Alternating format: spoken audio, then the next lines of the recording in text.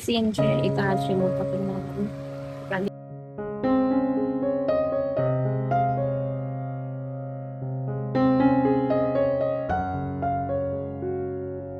Hello નમસ્તે friends, કેમ છો? સ્વાગત કરું છું ફરીથી બધાનું એક નવા વિડીયોમાં.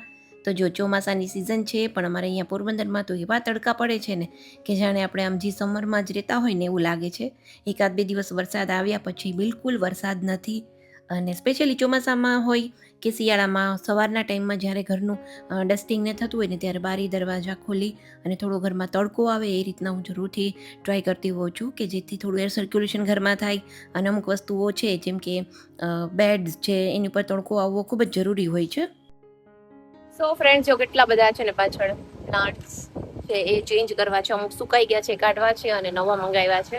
હર વખતે છે ને અમે ઉપર કરીએ પણ બહુ જ ગંધારું થાય, ધૂળ ને બધી વસ્તુ, એટલે આજે મેં કીધું અહીંયા નીચે છે ને બહારની સાઈડ જ છે ને કરી નાખીએ. લીમડો લીધો છે, 2-3 બીજા પ્લાન્ટ્સ લીધા છે. એક વખત ચેન્જ થઈ જાય ને બધું પછી બતાવું. જો ત્યાં ડોલર છે, પછી આ વાળું છે, આ બેસીન છે, એક આ છે મોટા પરિમાણનું, આ લીમડો છે. અને અમારા જૂના છે ને એ સુકાઈ ગયા છે આમ, બટ મેં હમણાં જોયું કે આમાં છે ને જો અહીંયા છે ને સૌથી પહેલું આવડી લીધું છે. મને છે ને આમાં પત્તા બહુ જ ગમે અને કલરફુલ છે. તો મને છે ને કમેન્ટ્સ ઘણી બધી આવતી હોય છે કે તમે આટલા એજ્યુકેટેડ થઈને તમે હાઉસવાઈફ છો તો તમે કઈ રીતના આટલું પોઝિટિવિટી સાથે ઘરના બધા જો કામ છે એ કરી શકો છો. તો કોઈ પણ વ્યક્તિ છે એ એટલી પોઝિટિવ પહેલેથી ન હોય.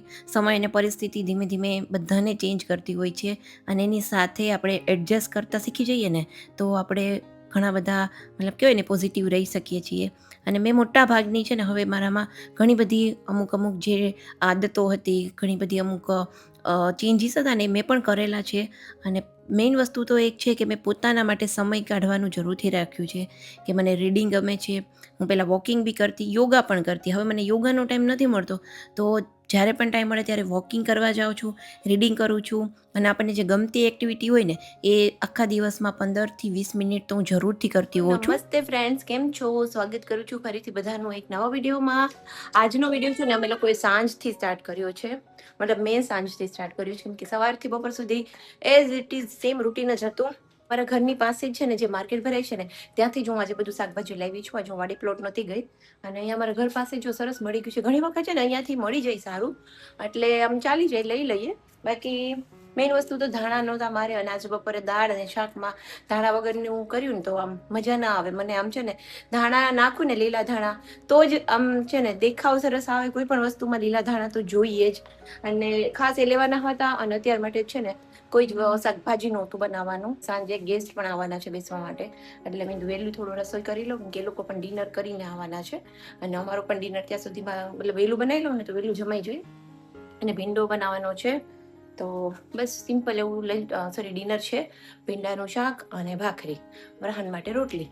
તો બસ આ રૂટીન છે. જો સાંજનો ટાઈમ છે, મસ્ત અત્યારે સામે મંદિરમાં આરતી થાય છે અને એકદમ મસ્ત અત્યારે છે ને થઈ ગયું છે વેધર. વરસાદ નથી, એક પ્રોબ્લેમ છે. પોરબંદરમાં વરસાદ પડશે કે નહીં હવે બધા લોકોને એવો ડાઉટ છે, બટ ડેફિનેટલી છે ને શું કહેવાય, ફેસ્ટિવલમાં વરસાદ જરૂર. ઘરે કોક ને કોક આવી રીતે આવતું જ રહેતું હોય. મારી ફ્રેન્ડ આવવાની છે, પછી એ જશે. વચ્ચેના ટાઈમમાં અમે લોકો ડિનર કરીશું અને પછી મારા હસબન્ડના ફ્રેન્ડ આવવાના છે તો એ લોકો તો ડિનર કરીને આવશે. એટલે રાતે પછી 1-2 કલાક જેવું બેસીશું કેમ કે પછી બધાના છોકરાઓને શું હોય કે સવારે સ્કૂલ હોય, પ્રહારને બી હોય છે એટલે. અને બસ ચલો વિડીયોની શરૂઆત કરીએ. વિડીયો ગમે તો વિડીયોને લાઈક કરજો, શેર કરજો. ચેનલ પર નવા હોય તો ચેનલને સબસ્ક્રાઈબ પણ જરૂરથી કરજો. તો જો પહેલો ટોપિક હતો કે પોતાના માટે સમય જરૂરથી કાઢવાનો. બીજો ટોપિક છે ને એ કે મેં ક્યારેય હવે છે ને મારી સેલ્ફને બીજા કોઈ સાથે કમ્પેર નથી કરતી. કેમ કે આપણે પોતાની જે લાઈફ છે ને જ્યારે બીજાની સાથે કમ્પેરિઝન કરીએ ને ત્યારે આપણે ઘણા બધા દુઃખી થતા હોય છે કેમ કે બધાની લાઈફ અને બધાની જર્ની છે એ અલગ અલગ હોય છે. ફ્રેન્ડ્સ, કેમ છો? તો જો કાલ રાત પછી સીધી પડી ગઈ છે સવાર, બપોર પડી ગઈ છે. આમ તો અત્યારે 11:30 જેવો ટાઈમ થયો છે. રાત્રે અમે બેઠા તો રાત્રે લગભગ 3 વાગ્યા સુધી જાગ્યા. પછી મને બધું સવારે નહીં ઉઠાય, બટ લકેલી ઉઠાઈ ગયું. પ્રહાનને મોકલી પણ લીધો, કેમ કે આજે એની ટેસ્ટ છે. મંથ એન્ડ હોય ને એટલે એને યુનિટ ટેસ્ટ જે કંઈ આવતી હોય ને એ હોય જ, અને એમાં સ્પેશિયલી એબસેન્ટ ન રહેવા માટે જ મેડમને લોકો આગ્રહ કરતા હોય છે. અને આજે એનું છે ને આખા બધું જ છે ને કલર્સ એને મેચ કરી દીધું છે. એટલે મેં કીધું છે ને બધું થોડું અરેન્જ કરી દઉં, એની વર્કશીટ ને એની બધી પ્રેક્ટિસ બુક, રીડિંગ બુક્સ ને બધું, કેમ કે હવે જેમ જેમ મોટો થાય છે ને એમ એના રમકડા હવે કાઢતી જાઉં છું, કે જે નથી રમતો ઘણા સમયથી એ બધું મને કે કાઢી નાખજે, મને નથી રમવું. અને એ બધું કાઢીને એની જગ્યાએ ધીમે ધીમે શું છે કે બુક્સ છે, કલર્સ છે, એની પેન્સિલ્સ છે, એ બધું સેટ કરવાનું છે. ખાના ખાલી 2 જ છે એના, બટ 2માં એટલી બધી વસ્તુ છે ને કે જો આખો હાફ બેડ છે ને એનો જ ભરાણો છે. આમ તો મોટા ભાગે જો આવી રીતના ડબ્બા જ મેં રાખેલા છે બધી વસ્તુના એના. આમાં બી ડબ્બો છે, આની અંદર બી ડબ્બો છે.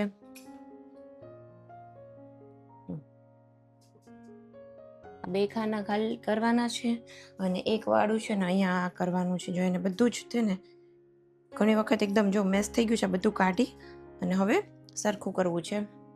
તો જો આ કંઈક આજના રૂમની કન્ડિશન છે ભાઈના. અને ત્રીજી વસ્તુ એ છે કે ક્યારેય પણ જે ઘરના મારા કામો છે ને, જે આપણા પર્ટિક્યુલર આપણા પોતાના કામો, એમને ક્યારેય મેં છે ને સ્ટ્રેસફુલ નથી લીધા. હું એકદમ ખુશી ખુશી ઘરના બધા કામો કરું છું. અને જ્યારે પણ મારી નાની નાની બધી અચીવમેન્ટ્સ પૂરી થતી હોય ને ત્યારે હું ખુશ પણ બહુ જ થતી હોઉં છું. જેમ કે આજનો મેં આ રૂમ સાફ કરવાનું એક જે નક્કી કરેલું હતું કે પ્રહારના ઓનલી 2-3 જે ડ્રોઅર્સ છે એ જ મારે સાફ કરવા છે, બટ જ્યારે એ સાફ થઈ ગયા ને ત્યારે મને અંદરથી બહુ જ ખુશી થઈ હતી. એવી રીતના નાની નાની વસ્તુથી છે ને હું ખુશ થવાની હવે છે ને મેં એક જે હેબિટ રાખેલી છે ને એનાથી હું વધારે ઓર પોઝિટિવ રહી અને ઘરના બીજા કામો છે ને એ ઉત્સાહથી કરી શકું છું.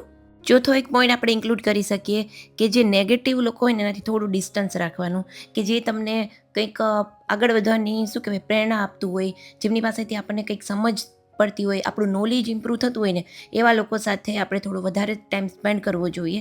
અને જેમની સાથે બેસવાથી આપણને આપણી એનર્જી ડ્રેઇન થતી લાગતી હોય ને એમનાથી એક ડિસ્ટન્સ છે એ જરૂરથી રાખવું જોઈએ. આ વસ્તુ કરવાથી છે ને આપણને લોંગ ટર્મ ઘણો બધો એનો ફાયદો છે ને એ દેખાશે. પાંચમો એક પોઈન્ટ આપણે એડ કરી શકીએ કે હંમેશા છે ને કંઈક નવું નવું શીખવાની ધગસ રાખો. કોઈ નવી રેસીપી છે, કોઈ નવી સ્કિલ છે, કોઈ નવી વસ્તુ છે, કોઈ યુટ્યુબમાં જોઈ અને અમુક કોઈક ઘણા બધા કોર્સિસ મેં એની પહેલાં પણ વાત કરેલી હતી, ઘણી બધી વસ્તુ યુટ્યુબમાં અવેલેબલ છે. તો નવું નવું શીખવાની એક છે ને પ્રેરણા જરૂરથી રાખો અને હેલ્થનું ધ્યાન આપો. બને ત્યાં સુધી હેલ્ધી જમવાનું રાખો.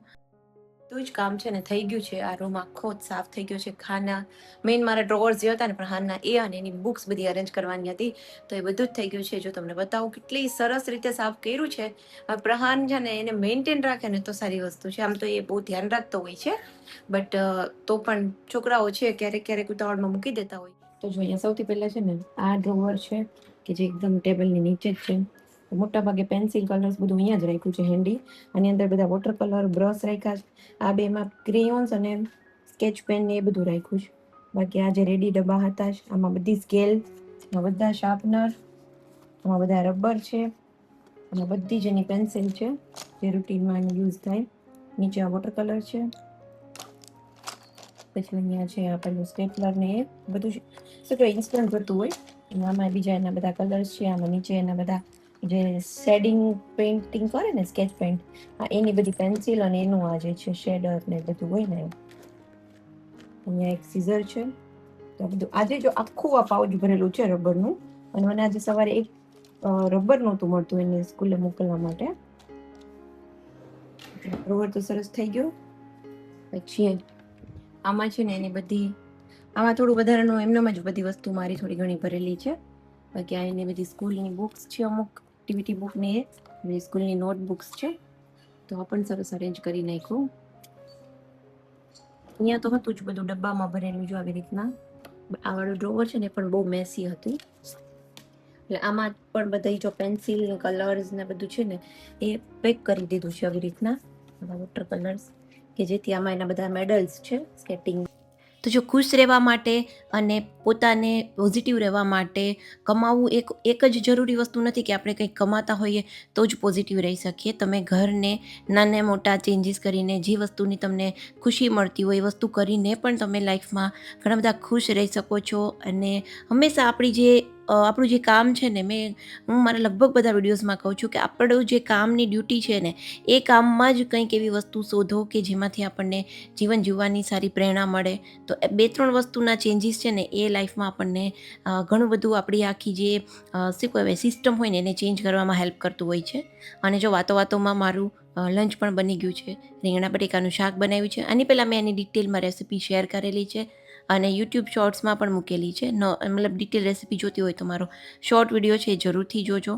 અને સંભારો બનાવ્યો છે, કોબી પણ થોડું હતું અને ગાજર પણ થોડું હતું, એટલે કોબી, મરચાં અને ગાજરનો બનાવેલો છે. એકદમ આજનું છે ને લંચ બહુ જ સિમ્પલ કાઠિયાવાડી લંચ રાખ્યું છે અને મારા માટે રોટલો બનાવ્યો છે. તો જો આ તો એકદમ સિમ્પલ આપણું ગુજરાતી લંચ. અને બસ કમેન્ટ કરજો કે તમને વિડીયો કેવો લાગ્યો. વિડીયોને લાઇક કરજો, બને તો હાઈપ પણ જરૂરથી કરજો. અને બસ જલ્દીથી મળીશું એક નવા વિડીયોમાં. ત્યાં સુધી બાય બાય, આવજો, ટેક કેર.